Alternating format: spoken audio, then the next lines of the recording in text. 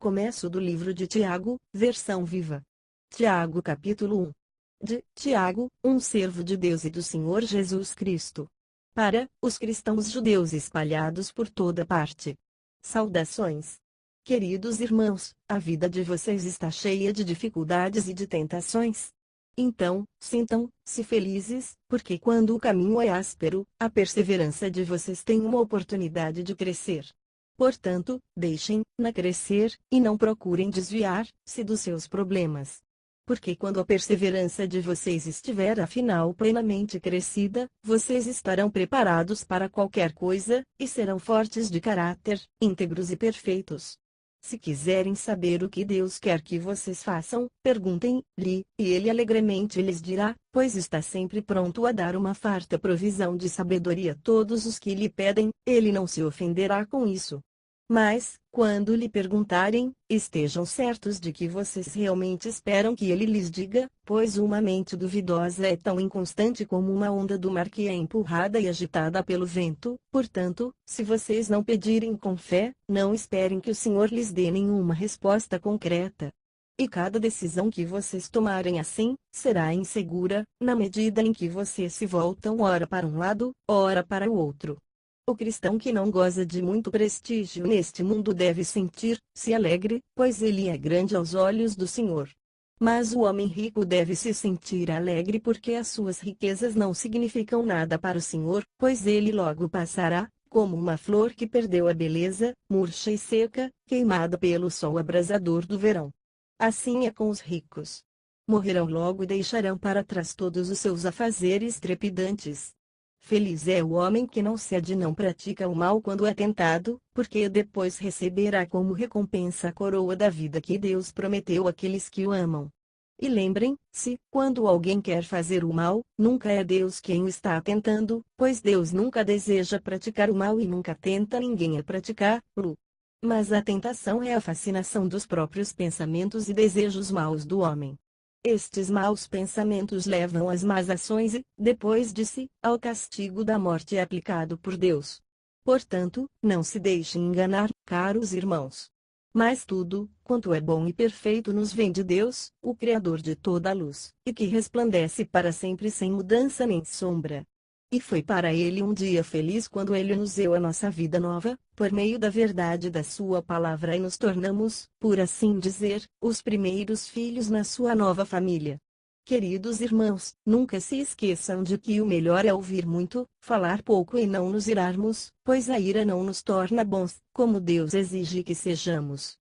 Portanto, livrem-se de tudo o que está errado em sua vida, tanto interna como externamente, e alegrem-se humildemente com a mensagem maravilhosa que nós recebemos, pois ela é capaz de salvar as nossas almas à medida que se desenvolve em nossos corações. E lembrem-se, esta mensagem é para obedecer, e não apenas para ouvir. Portanto, não se enganem, pois se uma pessoa apenas ouvir e não obedecer, será como um homem que olha o seu próprio rosto num espelho, e logo que se afasta, ele não pode mais ver-se a si mesmo nem se lembrar de como é a sua aparência. Entretanto, se continuar olhando com firmeza na lei de Deus para homens livres, ele não só se lembrará dela, mas fará aquilo que ela diz, e Deus abençoará grandemente esse homem em tudo quanto fizer. Se alguém diz que é cristão e não controla sua língua ferina, está apenas enganando-se a si mesmo, e a sua religião não vale muita coisa. O cristão puro e sem faltas, do ponto de vista de Deus o Pai, é aquele que cuida dos órfãos e das viúvas, e cuja alma permanece fiel ao Senhor, sem se contaminar nem se sujar em seus contatos com o mundo. Tiago capítulo 2. Queridos irmãos, como vocês podem alegar que pertencem ao Senhor Jesus Cristo, o Senhor da Glória, se mostrarem preferência por gente rica e desprezarem os pobres? Se entrar na igreja de vocês um homem vestido de roupas custosas e com preciosos anéis de ouro nos dedos, e no mesmo instante entrar um outro homem, pobre vestido de roupas velhas, vocês fizerem um grande alvoroço com o homem rico, lhe derem o melhor assento da casa, e disserem ao homem pobre, você pode ficar em pé ali, se quiser, ou então sente-se no chão. Ora, este tipo de procedimento lança uma interrogação sobre a fé que Você, afinal de contas, é realmente um cristão, e mostra que vocês estão sendo dirigidos por propósitos errados. Ouçam-me, queridos irmãos, Deus escolheu gente pobre para ser rica na fé, e o reino do céu lhe pertence, pois essa é a dádiva que Deus prometeu àqueles que o amam. E no entanto, dos dois estranhos, vocês desprezaram o homem pobre. Vocês não percebem que geralmente são os ricos que perseguem vocês e os arrastam ao tribunal? E grande parte das vezes são eles que se riem de Jesus Cristo, cujo nome honroso vocês levam. Deveras é bom quando vocês verdadeiramente obedecem à ordem do nosso Senhor, você deve amar e ajudar os seus semelhantes, tanto quanto ama e cuida de si mesmo. Mas vocês estão quebrando esta lei do nosso Senhor quando mostram predileção pelos ricos e os adulam, isso é pecado. E a pessoa que guarda todas as leis de Deus, mas comete só um pequeno deslize, é tão culpada quanto a pessoa que quebrou todas as leis que existem. Porque o mesmo Deus que disse que você não pode casar-se com uma mulher que já tenha marido, também disse que você não pode matar, portanto, mesmo que não tenha quebrado as leis do casamento por cometer adultério, se você já matou alguém, então já quebrou completamente todas as leis de Deus e é irremediavelmente culpado diante dele. Vocês serão julgados com base no fato de estarem ou não fazendo o que Cristo quer que vocês façam. Portanto, cuidado com o que fazem e com o que pensam, pois não haverá misericórdia para com aqueles que não tenham mostrado misericórdia. Mas se vocês tiverem sido misericordiosos, então a misericórdia de Deus para com vocês triunfará sobre o julgamento dele contra vocês. Queridos irmãos, que proveito há em vocês dizerem que têm fé e são cristãos, se não estiverem provando isso pelo socorro aos outros? Esse tipo de fé salvará alguém. Se vocês tiverem um amigo que está necessitado de alimento e vestuário, e lhe disserem, bem, a Deus, e que Deus o abençoe, aqueça-se coma bem, e depois não lhe derem roupas ou alimentos, que bem faz isso? Portanto, vocês veem que não é suficiente apenas ter fé. É também preciso que façam o bem para provarem que a têm. A fé que não se manifesta por meio de boas obras, não é fé coisa nenhuma, é morta e inútil. Mas alguém poderá argumentar muito bem, você acha que o caminho para Deus é pela fé sozinha, sem nada mais? Ora, eu digo que as obras são importantes também, porque sem boas obras você não pode provar se tem fé ou não, mas qualquer um pode ver que eu tenho fé pelo modo como procedo. Ainda existe alguém entre vocês que sustenta que apenas crer é suficiente? Crer no único Deus? Ora, lembrem-se que os diabos também creem nisso, com tanta convicção que até tremem de terror. Ó homem insensato! Quando é que afinal você compreenderá que crer é inútil sem fazer o que Deus quer que você faça? A fé que não resulta em boas obras, realmente não é fé. Vocês não se recordam de que até mesmo o pai Abraão foi declarado justo por causa do que ele fez, quando estava pronto para obedecer a Deus, mesmo que isso significasse oferecer seu filho Isaque para morrer no altar? Como vocês veem, ele estava de tal modo confiante em Deus que faria de bom grado qualquer coisa que Deus lhe dissesse, a sua fé se tornou completa por aquilo que ele fez, pelas suas ações, pelas suas boas obras. E assim aconteceu tal como as Escrituras dizem, que Abraão confiou em Deus, e o Senhor o declarou justo aos olhos de Deus, e ele até foi chamado amigo de Deus. Vocês veem, portanto, que um homem é salvo pelo que ele faz, tanto como pelo que ele crê. Raabe, a prostituta, é outro exemplo disto. Ela foi salva por causa do que fez quando escondeu aqueles mensageiros e os mandou embora em segurança para uma estrada diferente. Tal como o corpo está morto quando não há espírito nele, assim também a fé está morta se não for do tipo que resulta em boas obras. Tiago capítulo 3. Queridos irmãos, não sejam muito impacientes para falar aos outros a respeito das faltas deles, pois todos nós cometemos muitos erros, e quando nós, os mestres, que deveríamos ter melhor conhecimento, fazemos o mal, nosso castigo é maior do que seria para os outros. Se alguém pode dominar a sua língua, isso prova que ele tem perfeito domínio sobre si próprio em tudo mais. Podemos fazer com que um cavalo grande se volte, e vá para onde quisermos, por meio de um pequeno freio em sua boca. E um leme minúsculo faz com que um navio enorme se volte para qualquer lado que o piloto queira que ele vá, mesmo que os ventos sejam fortes. Assim também a língua é uma coisa pequena, mas que prejuízo imenso pode provocar. Uma grande floresta pode incendiar, se por meio de uma centelha pequenina. E a língua é uma chama de fogo. Está cheia de maldade e envenena todos os membros do corpo. E é o próprio inferno que ateia fogo à língua, que pode transformar toda a nossa vida numa chama ardente de destruição e desastre. Os homens têm domesticado, ou podem domesticar, qualquer espécie de animal ou ave que tem vida, e qualquer espécie de serpente e de peixe, mas nenhum ser humano pode domar a língua. Ela está sempre pronta a expelir seu veneno mortífero. Umas vezes, a língua dá louvores ao nosso Pai Celestial, e outras ela rompe em maldições contra os homens que são feitos à semelhança de Deus. E assim a bênção e a maldição vêm brotando da mesma boca. Queridos irmãos, é evidente que isso não está certo. Uma fonte de água jorra primeiro água doce e depois água amarga. Podem-se colher azeitonas de uma figueira, ou figos de uma parreira? Não, e não se pode tampouco tirar água doce de um poço salgado. Se vocês forem sábios, vivam uma vida de constante bondade, para que dela emanem somente as boas ações. E se vocês não fizerem alarde a respeito delas, então serão verdadeiramente sábios. E evidentemente, não se gabem de serem sábios e bons se vocês forem amargados, invejosos e egoístas, esse é o pior tipo de mentira. Porque a inveja e o egoísmo não são a espécie de sabedoria de Deus. Estas coisas são terrenas, materiais, inspiradas pelo diabo. Onde houver inveja ou ambições egoístas, haverá desordem e todas as outras espécies de mal. Entretanto, a sabedoria que vem do céu primeiro que tudo é pura e cheia de calma brandura. Depois, é amante da paz e cortês. Tolera o debate e está pronta a submeter-se aos outros, é repleta de misericórdia e de boas obras. É cordial, correta e sincera.